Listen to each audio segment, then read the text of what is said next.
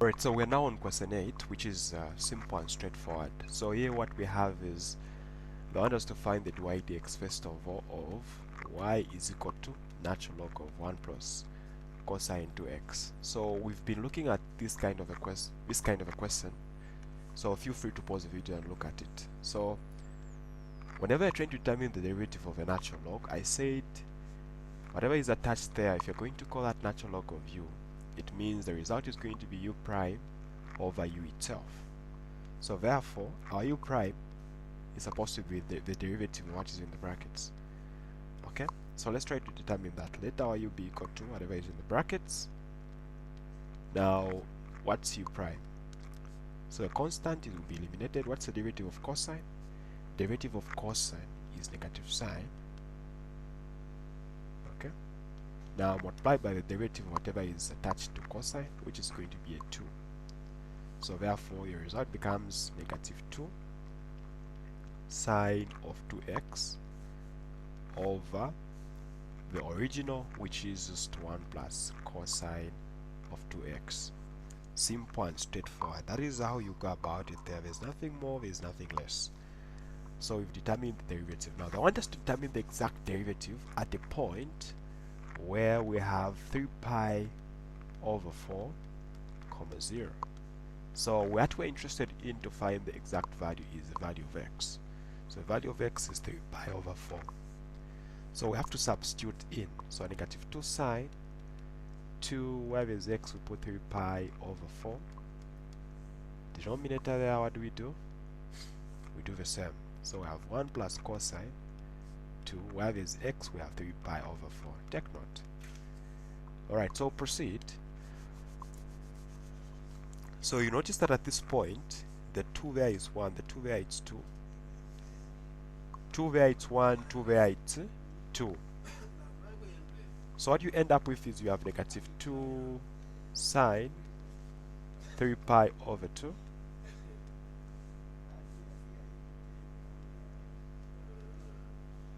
over 1 plus cosine of 3 pi over 2.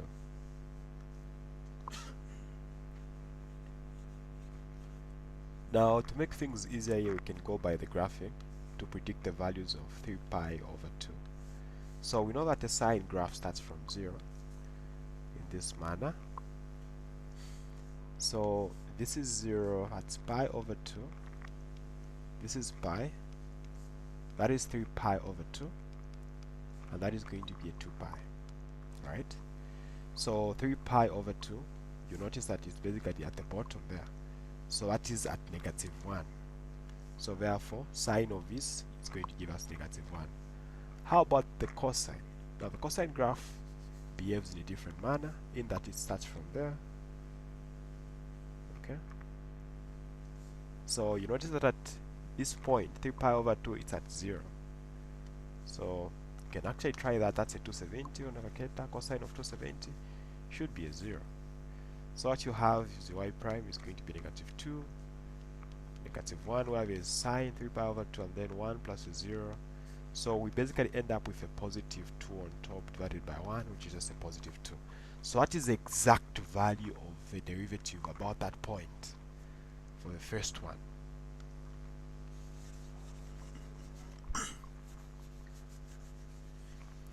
Now if we're going to proceed and look at the second one, for the second one, what do we have? So there we have y being equal to x sine 3x. What do they want us to prove? They want us to prove that the second derivative plus 9y should be equal to 6 cosine 3x. So they want us to find the second derivative. So let's first of all determine the first derivative. First derivative, in this case, since we've got a product rule, we'll take first of all x multiplied by the derivative of sine of 3x. Now we know that by now we know how to go about that. So the derivative of sine 3x is going to be 3.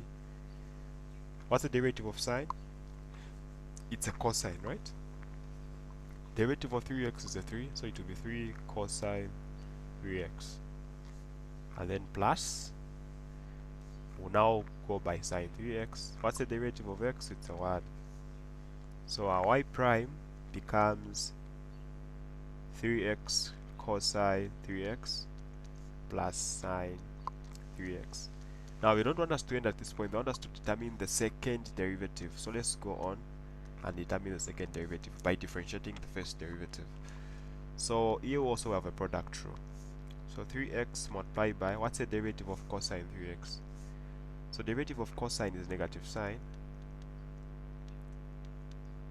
Derivative of 3x is a 3. So that 3 can just become coefficient there. And then we'll now go by that. Sorry, we're still on the product rule. So we've started with 3x, so we can now start with cosine 3x. Cosine 3x multiplied by the derivative of 3x, which is a 3.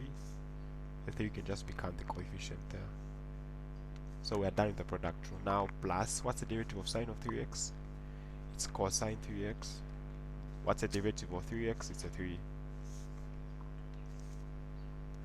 So at this point, what we have is negative 9x sine 3x plus, these two are the same, right?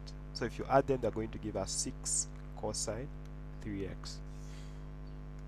So we've determined the second derivative that is required. Now, what we need to show is, we need to show that if we are going to add our second derivative, which is this one here, if we're going to add it with 9y, so let's therefore say y prime prime plus 9y.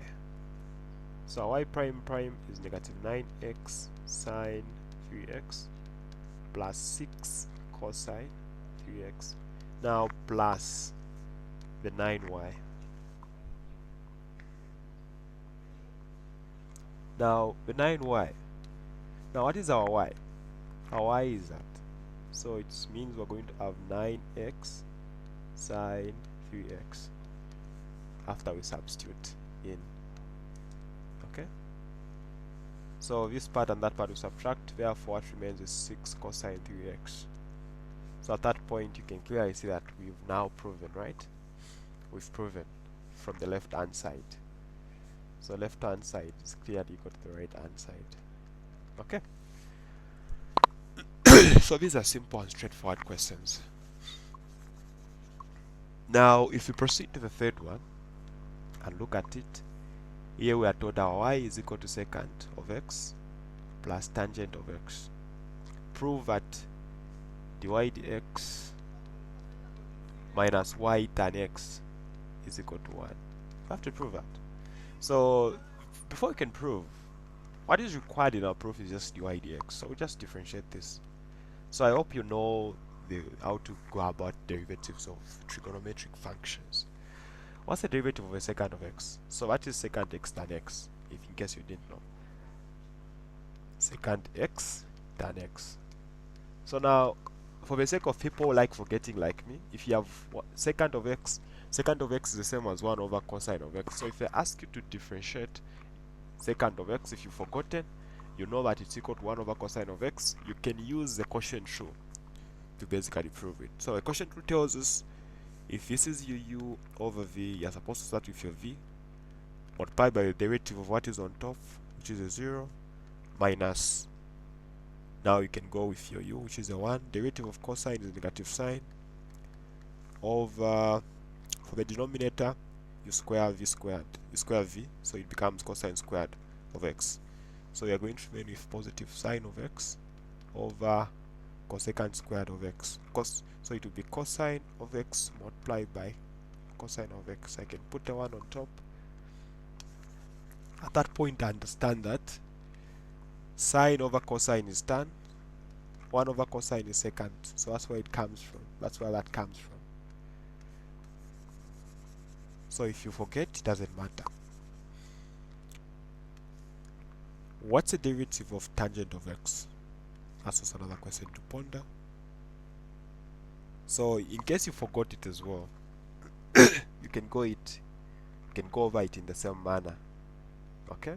It's tan means sine over cosine. So when you say what's the derivative of a tangent? So it's a secant squared of x. So I have secant squared of x. So we found the first derivative. Now our goal is to prove that the left hand side is equal to the right hand side. So our left hand side is equal to dy dx minus y tangent of x. So our dy dx is secant of x tangent of x plus secant squared of x. Now minus y.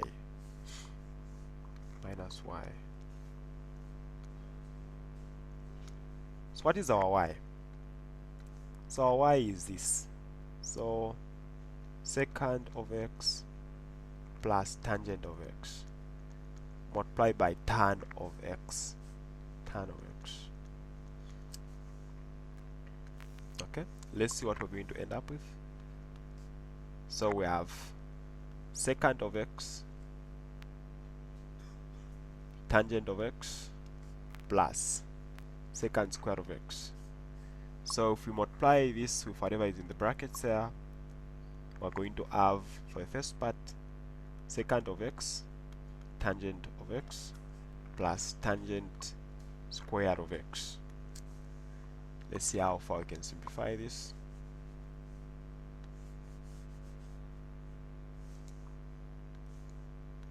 So we have secant of x tangent of x plus secant square of x. Distribute the negative secant of x tan of x. So at this point, if you distribute the negative to tan square of x, it's going to be minus tan square of x. Okay,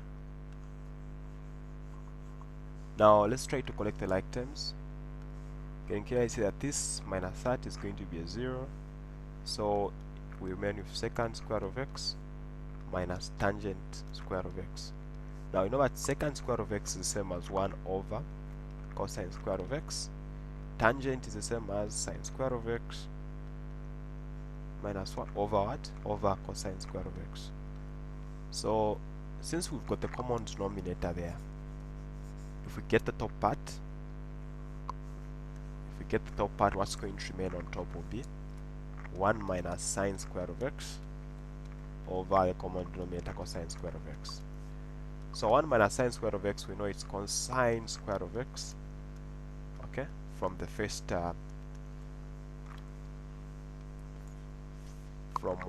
from the fact that sine square of x plus cosine square of x as our first identity is equal to 1. So if you make cosine square of x a subject, it will basically be equal to that. So therefore that is equal to a 1. So that's our left hand side. So therefore, since the left hand side is equal to the right hand side, hence proven, right? That's how we go about that. Alright, so we are now on question 4, and here we are told to differentiate sine x 1 over cosine of x, and then we have to show that the derivative of this part is basically going to be equal to negative cosecant of x. That's what we are told. So let's try to see what we can have. Let's try to determine the derivative of this. So you understand that basically we're going to apply the quotient rule since we are dividing here. So if we're going to call our u be the numerator, u is going to be sine of x. Now ask yourself, what's the derivative of sine of x?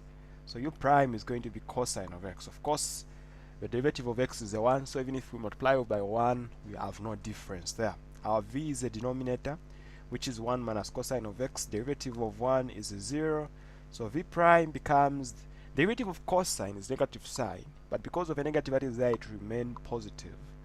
So we have positive sine of x. Okay, so take note of what we have. We can move now. The formula that we know is y prime is v u prime minus u v prime over v squared. So therefore let's plug in. So therefore what we're going to have is our v is 1 minus cosine of x multiplied by our u prime. Our u prime is cosine of x, and then of course minus u sine of x. V prime is sine of x as well.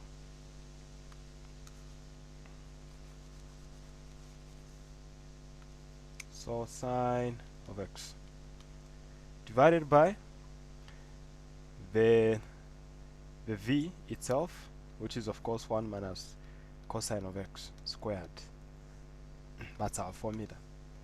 At this point, you can multiply by the cosine. You're going to have cosine of x minus cosine square of x, and then that's going to be minus sine square of x divided by 1 minus cosine of x to the power 2. Okay, so we believe we've got an identity sine square of x plus cosine square of x to be equal to 1. So if you're going to make sine the subject, you notice that you're going to have 1 minus cosine square of x, which will ensure that on top we can remain with cosine alone. So that's my goal there. So we're going to have cosine of x minus cosine square of x, and then where there is sine squared, we're going to put 1 minus cosine square of x over our denominator, which is known 1 cosine of x in brackets to the power 2. At this point, we can have cosine of x on top minus cosine square of x. Distribute that negative, you have minus 1, you have plus cosine square of x over 1 minus cosine of x raised to the power 2. Any like terms, this and that can subtract. And then you have cosine of x minus a 1. You can pull out a negative 1. This will become positive, and then the cosine of x will become negative. The idea is that you can cancel it with what's on the bottom.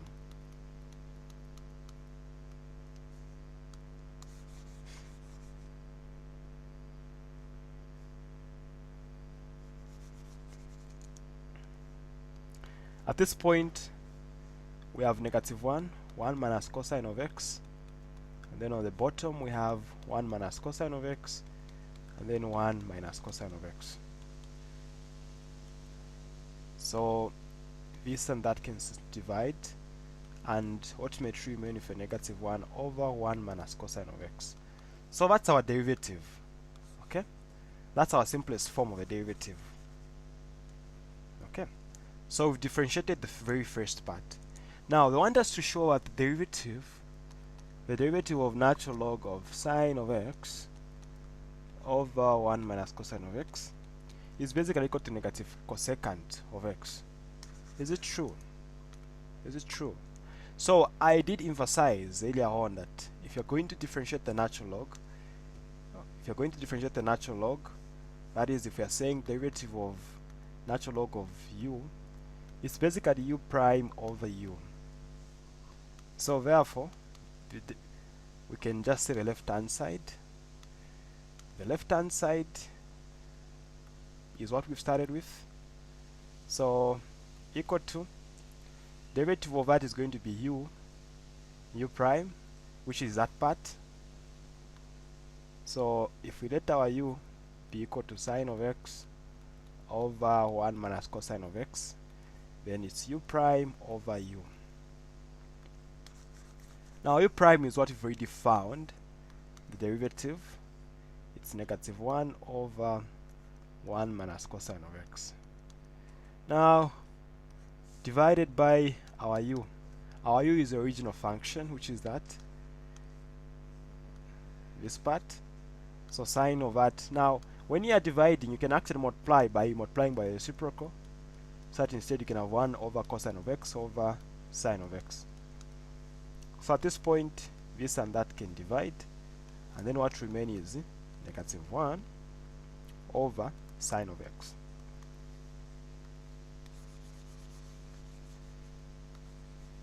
Now at this point, negative 1 over sine of x, 1 over sine of x is a cosecant, so it's going to be negative cosecant of x.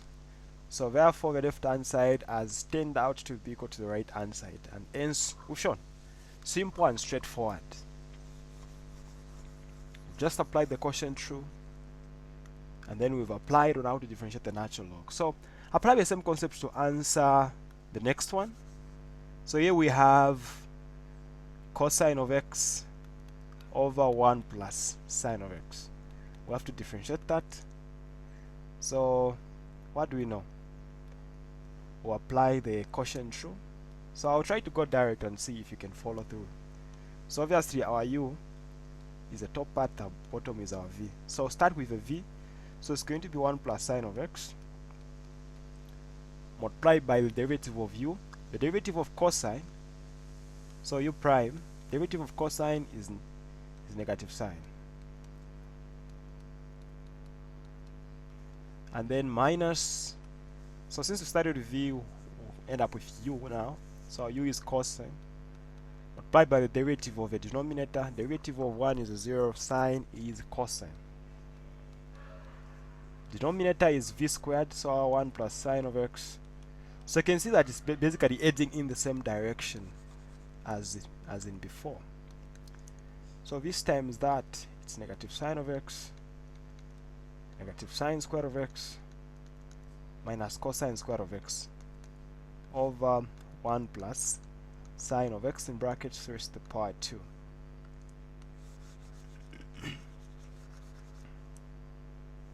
At this point, you can substitute there. So I have negative sine of x, negative sine squared of x, minus 1 minus sine squared of x. We know cosine squared of x is equal to what? Coming from the identity, sine squared of x plus cosine squared of x is equal to 1. And then the denominator remains 1 plus sine of x raised to the power 2.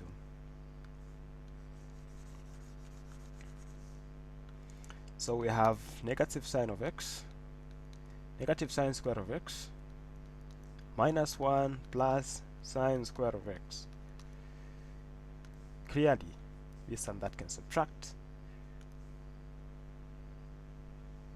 What do we remain with? We have 1 plus sine of x to the power 2.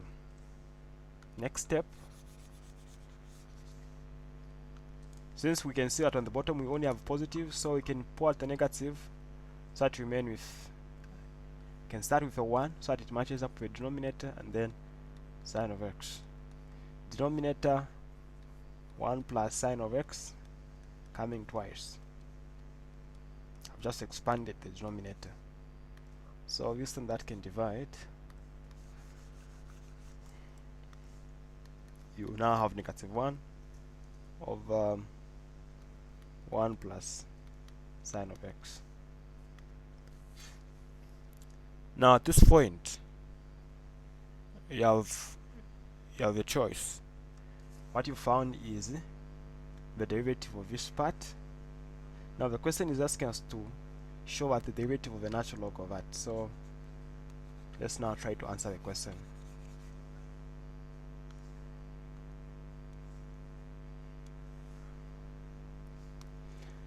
So the natural log, when you're asked to determine the derivative of the natural log, it's u prime over u.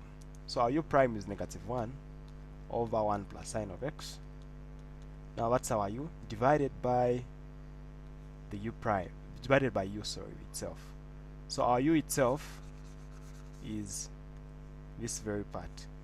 So if you are dividing, it's cosine of x over 1 plus sine of x. Now when you are dividing, you understand you cross, you change, you multiply by the reciprocal instead to make things easier. So 1 plus sine of x over cosine of x. So this and that can divide. You remain with negative 1 over cosine of x. Now you know this is equal to negative secant of x. And hence you've proven, hence you've shown. So simple and straightforward. So just understand what the question is asking from you, then you're good to go. Alright, so we're now on question 6. So considering that, so we have got y being equal to e to the power 3x sine of 4x. So I want us to show that the second derivative minus 6 dy dx plus 25y, that is going to be equal to 0. That's what they want us to show. So if we check where in our proof there is need for us to find the second derivative and the first derivative. So let's go on and find the first derivative. So for the first derivative, we understand that this is a product. So I'll start with e to the power 3x multiplied by the derivative of what this part. The derivative of that is going to be 4 cosine of 4x plus, we'll start now with the second part, which is sine 4x multiplied by the derivative of exponential, which is going to be 3 e to the power 3x. So y prime becomes 4 e to the power 3x cosine 4x plus 3 e to the power 3x sine 4x. That's our first derivative. For the second derivative, this is a product, so therefore we're going to have 4 e to the power 3x multiplied by the derivative of cosine is negative sine, so we're going to have negative 4 sine 4x plus cosine 4x multiplied by the, what's the derivative of the other part? What's the derivative of 4e3x? Because do you remember we divided this into two parts, so that's going to be 3 times 4, which is going to be like a 12, so I have 12, and then that's going to be e to the power 3x. That's for the first part. The second part, also apply the product rule. So if you start with 3 e to the power 3x, derivative of sine of 4x is going to be 4 cosine 4x plus, start with sine 4x now. What's the derivative of 3 to the power 3x? That's going to be 9 e to the power 3x. Okay. So let me just move this a bit on top, to the top, and then we can try to simplify this before we basically get to substitute. So let's try to open the brackets that up. So this 4 times that 4, that's going to be negative 16. Negative 16 e to the power 3x sine 4x. This part times that part, that's going to be 12 e to the power 3x cosine 4x. This part and that part, that's going to be a 12 e to the power 3x cosine 4x. And then the last one, that's going to be a 9e to the power 3x sine 4x. Any like terms? There are a lot of like terms there. Remember, this is our second derivative. We can simplify it so that our substitution becomes easier. So this and this are like terms. So the question is 9 minus 16 is what? That's the question. I think that's going to be a negative 7. So that would be negative 7. Is there any other 4x we have? Sine 4x? No, we don't have any. So negative 7 e to the power 3x sine 4x. For the cosine of 4x, 12 plus 12 is a 24. So 24 e to the power 3x cosine 4x. So that substitutes our second derivative. And all this complicated part can be dealt away with, so that we focus on substitution now, so that we prove. Let's try to prove now. Let's try to prove. So our argument there is the second derivative, which is this part.